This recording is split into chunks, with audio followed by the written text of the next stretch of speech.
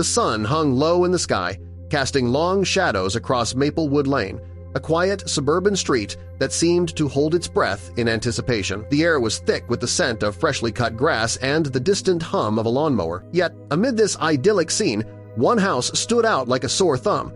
Its front yard, a chaotic sea of rubber tires stacked haphazardly, reaching towards the sky like blackened sentinels. Before we start, smash the like button and make sure to subscribe if you haven't, and hit that notification bell so that you won't miss any new stories. John Doe's neighbors had grown accustomed to the sight, though not without a fair share of grumbling. To them, it was an eyesore, a blight on their otherwise pristine neighborhood.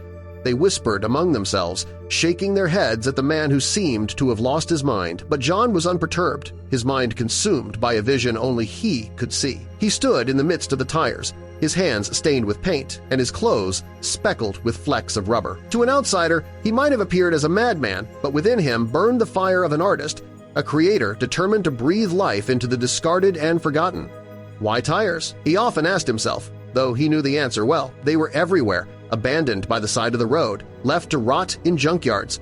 To John, they were more than refuse. They were potential, waiting to be unlocked. He had always been drawn to the idea of transformation, of taking something unwanted and turning it into something beautiful.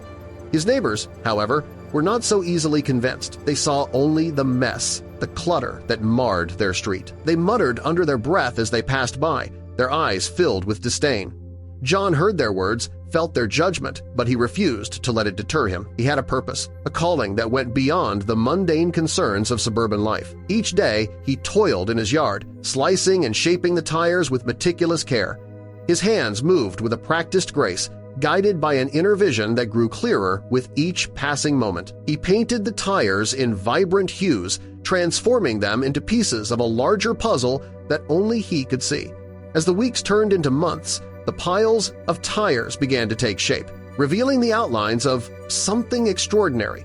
The neighbors watched with a mixture of curiosity and skepticism, their initial derision slowly giving way to intrigue. What was this man doing? What could possibly come of such madness? John's mind was a whirlwind of thoughts and emotions, a cacophony of doubt and determination. He knew the risks, the possibility of failure that loomed over him like a shadow, but he also knew the thrill of creation, the joy that came from bringing something new into the world. It was a feeling that drove him forward, even when the path seemed uncertain. One evening, as the sun dipped below the horizon, John stepped back to survey his work. The transformation was nearly complete, the tires now arranged in a stunning display of color and form. He felt a surge of pride, a sense of accomplishment that filled him with warmth. But there was still more to do, more to create before his vision was fully realized. The next morning, the neighborhood awoke to a sight that left them speechless. The once chaotic yard had been transformed into a vibrant garden, a tapestry of recycled art that defied description. Colossal flowers bloomed from the intricate arrangement of tires, their petals painted in a riot of colors. A menagerie of animals and birds emerged from the rubber, each one crafted with exquisite detail.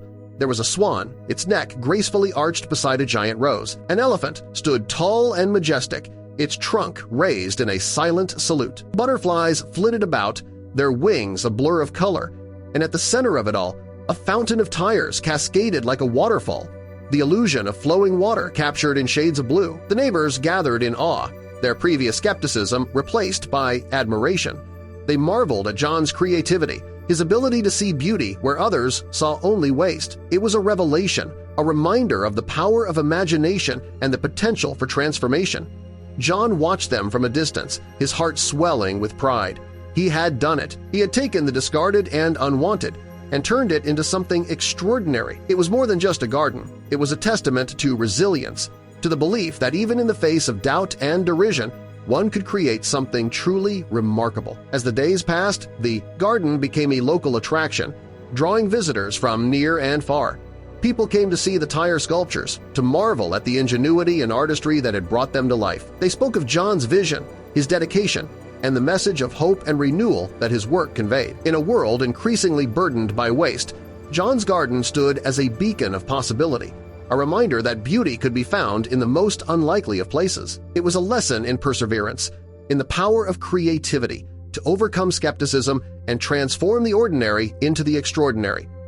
John knew that his journey was far from over. There were more projects to undertake, more discarded materials to reclaim and reimagine, but for now, he was content to stand amidst his creation, to bask in the glow of accomplishment and the knowledge that he had made a difference. As the sun set on Maplewood Lane, casting a golden light over the tire garden, John felt a sense of peace. He had followed his heart, pursued his vision despite the odds, and in doing so, he had shown the world that even the most unassuming of materials could be transformed into a masterpiece. The neighbors, once skeptical and mocking, now spoke of John with admiration and respect. They had witnessed the power of imagination, the wonder of creation, and the beauty that could bloom from the harshest of judgments. John's garden was more than just a collection of tires. It was a symbol of creativity, tenacity, and dedication. It was a reminder that what may look like junk at first could turn out to be a masterpiece, given an imaginative mind and a pair of dedicated hands. And so, as the stars began to twinkle in the night sky,